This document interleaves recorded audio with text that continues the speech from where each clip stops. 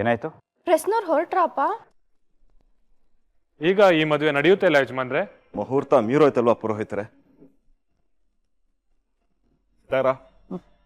ಬಾವುಜಿ ಬಾನು ಇಲ್ಲಿ ಬಾ. ಬಂದೆ. ಒಬ್ಬಳೇ ಬರ್ತಾ ಇದೀಯ? ತಂಗಿವ ಅವಳಲ್ಲಿ ಗೀತಾ ಕಳಿಸ್ಬಿಟ್ಯಾ? ಅದೇಕ್ ಸಾಧ್ಯ?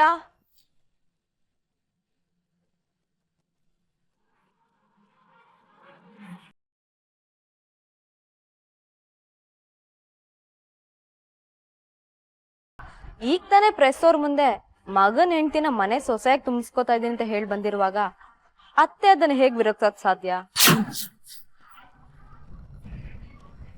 ಹಾಗಾದ್ರೆ ಈ ಮದುವೆ? ಪುರೋಹಿತ್ರೆ, ಅತ್ತೆ ಹೇಳ್ದಾಗೆ ಇವತ್ತು ಆ ಹುಡುಗಿ ಮದ್ವೆ ನಡೀತಿಲ್ಲ. ನನ್ ಗಂಡ ಹೇಳ್ದಾಗೆ ನನ್ ತಿಥಿ ಕೂಡ ನಡೆಯೋದಿಲ್ಲ. ಎಲ್ಲ ಆ ದೇವ್ರ ಮಾಡ್ಸಕ್ ಆಗಿದೆ.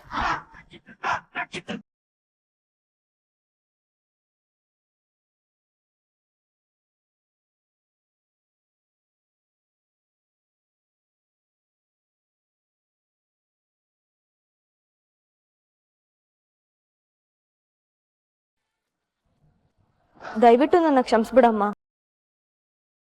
ಈ ಮನೆ ಸೊಸೆ ಆಗ್ತೀನಿ ಅಂತ ಮನ್ಸಲ್ಲಿ ಸಾವಿರಾರು ಕಂದ್ಗಳನ್ನ ಕಟ್ಕೊಂಡಿದ್ದೆ ಅನ್ಸುತ್ತೆ.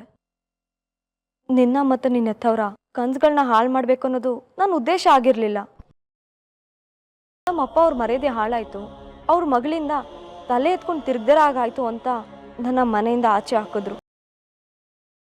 ನಂದು ಯಾವ ತಪ್ಪಿಲ್ದೇ ಇದ್ರು ಅದಕ್ಕೆ ಉತ್ತರ ಹುಡುಕ್ಬೇಕಂತ ಬಂದೆ. ಆದ್ರೆ ನನ್ನ ಉತ್ತರ ನಿಮ್ಮೆಲ್ಲರ ಪಾಲಿಗೂ ಪ್ರಶ್ನೆ ಆಗಿ ಉಳ್ದೋಯ್ತು. ಕ್ಷಮಿಸಿ.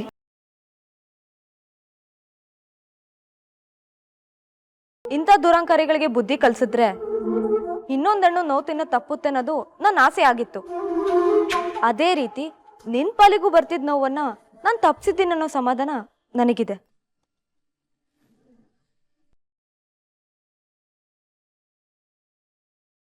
ಸಂತೋಷ ಪಡಿ. ನಿಮ್ ಮಗಳು ನರ್ಕದಲ್ಲಿ ಬದುಕೋದು ತಪ್ಪೋಯ್ತು. ನಿಮ್ ಸಂಸಾರ ಉಳಿ. ಇನ್ ಮುಂದೆ ನಮ್ ಸಂಸಾರದ ಮಾತುಕತೆ ಇರುತ್ತೆ. ನೀವು ಬರ್ತೀವಮ್ಮ. ನೀನು ನನ್ನ ಮಗಳ ನರ್ಕ ತಪ್ಪಿಸಿದ್ಯಾ?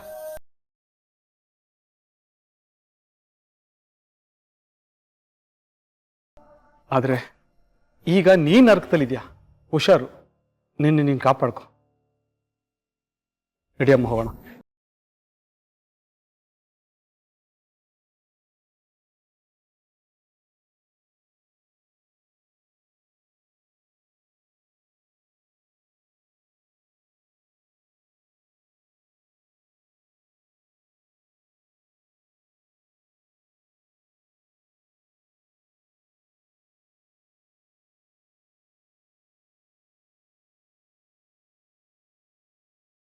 ಏನ್ ತಾಯಿ ನೀವು ನಿಶ್ಚಿತಾರ್ಥ ಅಂತ ಕರ್ಸಿದ್ರಿ,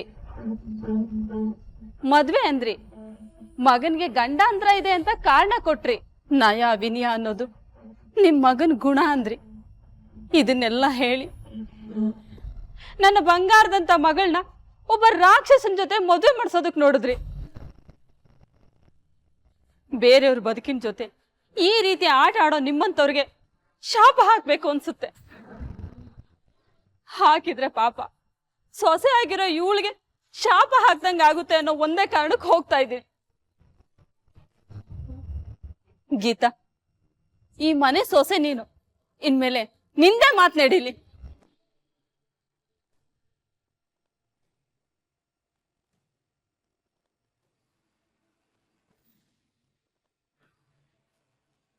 ಸರಿ ತಾಯಿ, ಶುರುವಾದ ನನ್ನ ಕೆಲಸ ಮುಗಿಲಿಲ್ಲ.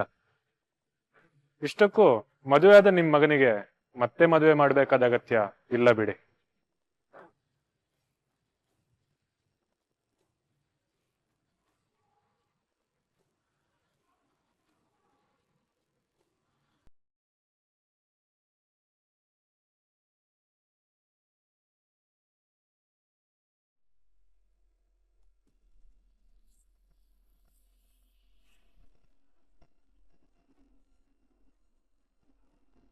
ದೇವ್ರೆ, ಈಗೇನ್ ಮಾಡೋದು? ಯಾರು ಇಲ್ಲಿಗೆ ಬರ್ತಿಲ್ಲ. ಎಲ್ರೂ ಅವ್ರವ್ರ ಪಾಡಿಗೆ ಅವ್ರು ಹೋದ್ರು. ನಾನೇನೋ ಈ ಮನೇಲಿ ಇದ್ದೀನಿ, ಆದ್ರೆ ಇಲ್ಲಿ ನನ್ನ ಮುಂದಿನ ದಿಕ್ಕೇನು? ನನಗೆ ಯಾರು ದಿಕ್ಕು? ಎಲ್ರ ಕಡೆಯಿಂದ ತಿರಸ್ಕಾರವಾದ್ರೆ ನಾನು ಏನು ಮಾಡಬೇಕು? ಸ್ವಾಭಿಮಾನ ಅನ್ನೋದು ಯಾವತ್ತೂ ಒಂಟಿನೇನಾ? ಎಲ್ರ ಮಧ್ಯೆ ಒಂಟಿಯಾಗಿ ಬದುಕೋದೆ ನನ್ನ ಜೀವನನ? ಈಗ ಮುಂದೇನು ಮಾಡಬೇಕು?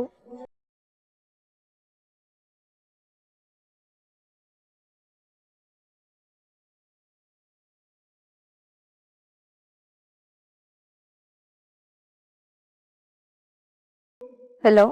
ಹಲೋ ಗೀತಾ, ನಾನು ಸಿಂಕು. ಹಾ, ಹೇಳು ಸಿಂಕು. ಏನ್ ಹೇಳೋದೆ? ಎಲ್ಲ ಟಿವಿಲೂ ನಿಂದೆ ನ್ಯೂಸು. ಹಾಗಾದ್ರೆ ವಿಜಯ್ ಅವರಪ್ಪ ನಿನ್ನ ಸೊಸೆ ಅಂತ ಒಪ್ಕೊಂಡ್ಬಿಟ್ರಾ? ಹಾಗಾದ್ರೆ ನಿನ್ ವಿಜಯ್ ಹೆಂಡ್ತಿನಾ? ಅಂದ್ರೆ ನಿನ್ ಮದ್ವೆ ಹೆಣ್ಣಿನ ತರ ರೆಡಿ ಆಗಿ ಹೋಗಿರೋದು ಆ ವಿಜಯ್ನ ಮದ್ವೆ ಆಗಕ್ಕ?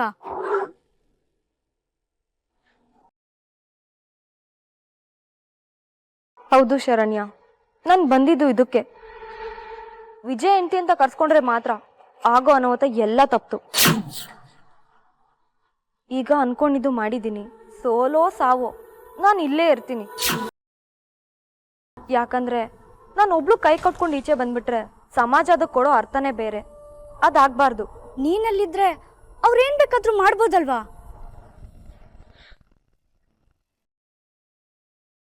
ಧೈರ್ಯದಿಂದ ಒಂದ್ ಹೆಜ್ಜೆ ಮುಂದೆ ಇಟ್ಟು ನಿಂತ್ರೆ ಯಾರೇನು ಮಾಡಕ್ಕಾಗಲ್ಲ ಅನ್ನೋ ಸತ್ಯ ನನಗೆ ಗೊತ್ತಾಗಿದೆ ಕಣೆ. ಈ ಜಗತ್ತಲ್ಲಿ ಪ್ರತಿಯೊಂದು ಹೆಣ್ಣು ಸೋಲೋದು ಅಯ್ಯೋ ಮುಂದೆ ಏನಾಗ್ಬಿಟ್ರೆ ಅನ್ನೋ ಭಯದಿಂದ. ಆಗೋದಾಗ್ಲಿ, ಸತ್ಯ ನನ್ನ ಜೊತೆ ಇರುತ್ತೆ.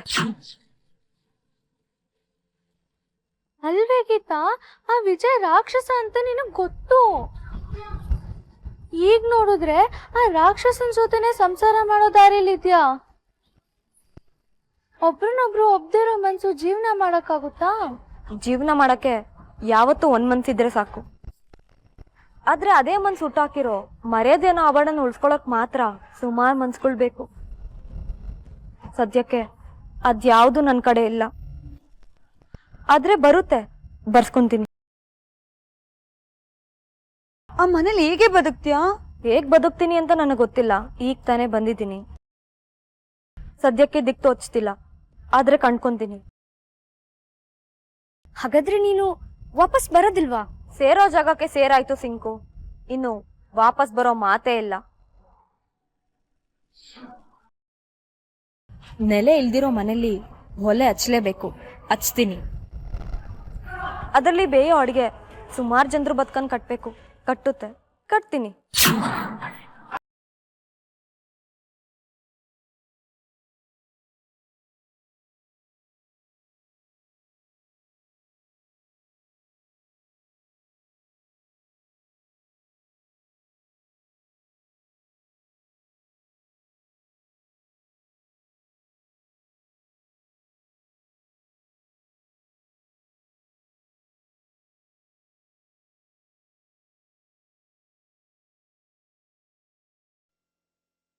ಯಾಕೆ ತಂಗ್ಯವ್ವ ಎಲ್ಲ ಹಿಂಗಾಗೋಯ್ತು? ನೀನು ಅನ್ಕೊಂಡಿದ್ದೆಲ್ಲ ಇನ್ನೇನು ಆಗೇ ಬಿಡುತ್ತೆ ಅನ್ನೋ ರೇಂಜ್ ತನಕ ಹೋಗುತ್ತೆ, ಆಮೇಲೆಲ್ಲ ಮಕಾಡೆ ಬಿದ್ದೋಗುತ್ತೆ. ಆದರೆ ಗೀತಾ ಏನು ಅನ್ಕೊಂತಾಳೋ ಅದೆಲ್ಲ ಪರ್ಫೆಕ್ಟಾಗಿ ನಡೆಯುತ್ತೆ. ಇದೇನು ವಿಧಿ ವಿಪರೀತ, ವಿಧಿ ವಿಲಾಸ. ಒಟ್ಟಿನಲ್ಲಿ ಈ ಮನೆಯಲ್ಲಿ ನಿನ್ನದು ಏನೂ ನಡೆಯಲ್ಲ ಅನ್ನೋದನ್ನ ಆ ದೇವರು ತುಂಬ ಸ್ಪಷ್ಟವಾಗಿ ಹೇಳ್ತಾ ಇದ್ದಾನೆ. ಗುರೂಜಿ ಹೇಳಿದ ಒಂದೊಂದು ಮಾತು ಸತ್ಯ ನೋಡು ತಂಗ್ಯವ. ಅವಳು ನಿನ್ನ ಬೆನ್ನಿಗೆ ಬಿದ್ಲು, ಬೇಲಿ ದಾಟಿದ್ಲು.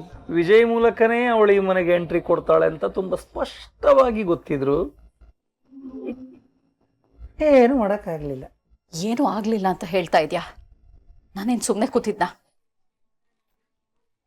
ಆದಷ್ಟು ಬೇಗ ವಿಜಯ್ ಮದ್ವೆ ಮಾಡಿ ಮುಗಿಸ್ಬೇಕು ಅಂತ ಸಿದ್ಧತೆ ಮಾಡ್ಕೊಂಡು ರೆಡಿ ಆಗಿದ್ನಲ್ಲ. ಆದ್ರೆ ಅದಕ್ಕೆ ಮುಂಚೆ ಅದು ಯಾವ ಸೈಕಲ್ ಗ್ಯಾಪಲ್ಲಿ ಅವಳು ಮನೆಗೆ ಬಂದ್ಲು ಅಂತಾನೆ ಗೊತ್ತಾಗಿಲ್ಲ. ಬಂದ್ಲು, ಅವನ ಜೊತೆ ಮಾತಾಡಬೇಕು ಅಂತ ಅಂದ್ಲು, ರೂಮಿಗೆ ಕರ್ಕೊಂಡು ಹೋದ್ಲು.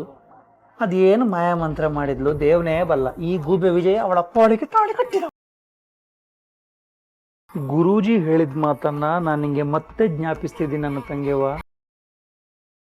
ವಿಜಯ್ ಅವಳ ಕೊರಳಿಗೆ 3 ಗಂಟೆ ಹಾಕಿದ್ದಾನೆ ಅಂದಮೇಲೆ ತಂಗಿಯವ, ಇನ್ನು ಮುಂದಕ್ಕೆ ನಿನ್ನ ಸೋಲಿನ ಪರ್ವ ಶುರು. ಅದರ ಫಲಾನೇ ನಿನ್ನ ಗಂಡ ಪ್ರೆಸ್ನವ್ರ ಮುಂದೆ ಹೋಗಿ ವಿಜಯನ ಹೆಂಡತಿ ಗೀತಾ ಅಂತ ಹೇಳಿದ್ದು. ಅವಳು ಈ ಮನೆಯಲ್ಲಿ ಉಳ್ಕೊಳ್ಳೋಂಗಾಗಿದ್ದು, ಆ ರಾಯಚೂರು ಹುಡುಗಿ ನಮಗೆ ಟಾಟಾ ಬಾಯ್ ಬಾಯ್ ಸಿ ಯು ಅಂತ ಮಾಡಿ ಹೋಗಿದ್ದು, ಎಲ್ಲದಕ್ಕೂ ಮೂಲ ಕಾರಣ ಆ ವಿಜಯ ಅವಳ ಕೊರಳಿಗೆ ತಾಳಿ ಕಟ್ಟಿ. ಈ ತಾಳಿ ವಿಚಾರದಲ್ಲಿ ತಂಗ್ಯವ್ವ ವಿಜಯಲ್ಲಿ ಸೋತ, ನೀನಿಲ್ಲಿ ಸತ್ತೆ.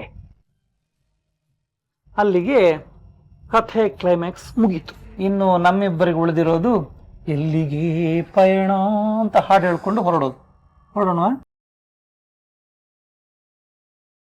ಈಗ ಇಷ್ಟು ಸಿಟ್ಟು ಮಾಡ್ಕೊಂಡು ಏನು ಪ್ರಯೋಜನ ನನ್ನ ತಂಗಿಯವ್ವ?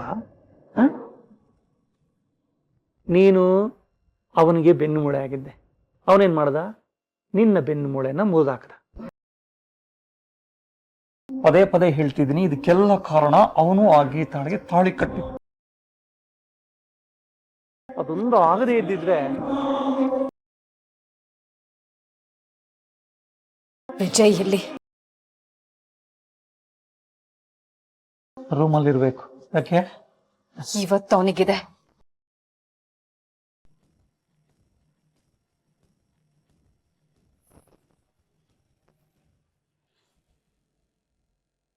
ಇಡೀ ಮನೆ ಆ ಗೀತನ ಹಾಲಲ್ಲಿ ಒಂಟಿಯಾಗಿ ಬಿಟ್ಟು ಬಂದ್ರು.